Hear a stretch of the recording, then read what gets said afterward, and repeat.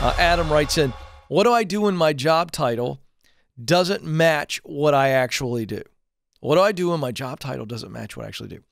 Well, then talk to your leader about that.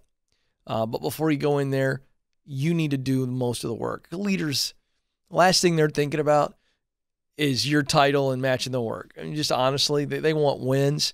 So before you go to your leader and you ask, hey, can we change my job title to match what I actually do?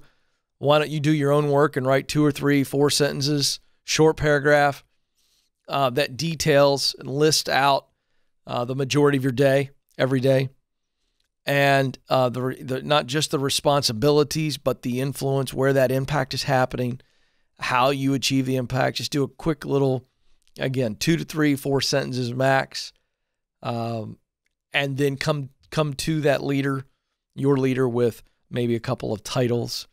Working titles for them to approve. Say, hey, what do you think? I just like to do this because I think it's more apropos. But don't spend too much time on it. Don't get too hung up on it. Titles are, they're overrated, big time. They're overrated.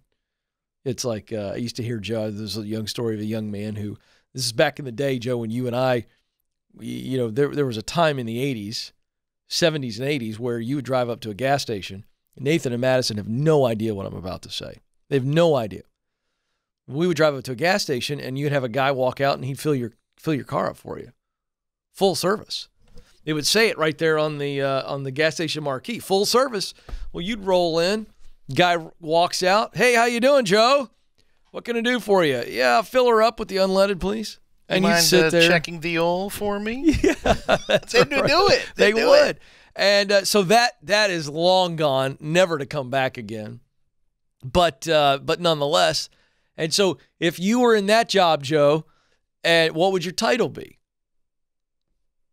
I'm gonna have some fun with this with you. What would be your so that's on your resume for so let's say for 6-7 months or a year you worked as a full-time gas station attendant. What spiffy title would you put on your resume? I've got one that I think I'm pretty proud of. Automobile customer service representative. Wow, that is a mouthful, Joe. Very impressive. Technical. I would put in there petroleum distributor. Very nice. Thank you. You like that? Yeah. It's kind of pithy. It's quick. But here's the point. If you put that on your resume, somebody goes, petroleum distributor, what does that mean? You got to go, well, I was full service guy. I pumped gas for people. So you can, with a title sometimes, create more awkwardness, create more unnecessary tension. You're right. Because people don't care about titles. Here's what they care about. They care about whether or not you can help them win. Joe, you had something you were going to add? No, that's good. Oh, you okay? Very good. And Nathan, have you ever heard of full service gas stations? I saw it portrayed in movies and stuff like that. But yeah, you've seen them in old movies. Yeah, I remember. I think Steve Martin was one of those guys in The Jerk.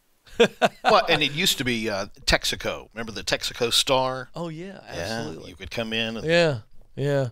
I love taking people back to the Wayback Machine because we know we've got a lot of people Madison's age watching, you young 20s. You have no idea what full service is. There was a gas station in town that they had during COVID. They were filling people's tanks up, and I pulled up and was very confused. Right. Okay. So in COVID times, I'm sure that happened all over the country. Yeah, because they didn't want you touching it, which makes sense. Which makes a lot of sense. Very, very safe. But you were like, what in the world is happening? Yeah, this was like brand new in March, and I roll up, and I'm leaving the studio, need gas. Yeah, versus me. If I'd have rolled up and seen that, I'd have been like, yes! Let me I thought play I had some done Bruce something Springsteen wrong. while I'm waiting. They come running out to my car. I was like, what happened? Yeah, I would have immediately been looking in the dashboard. Is the 8-track player back in here? Is that all kind of what? Because that's, by the way, you didn't have cell phones back then. No way. So you just sitting there staring out the window. Yeah, how did they know? They just saw you pull up and they just ran out? Well, yeah, that's so you pulled up to the pump just like you do now. They used to have the little ding-ding. You oh, yeah, you would drive over a cord and it would go ding. Yeah, and so the guy would know, oh, it's time to go out there and fill Joe up a little bit. So there you go. Isn't that great? Oh, memory lane. Here we go. Fun stuff.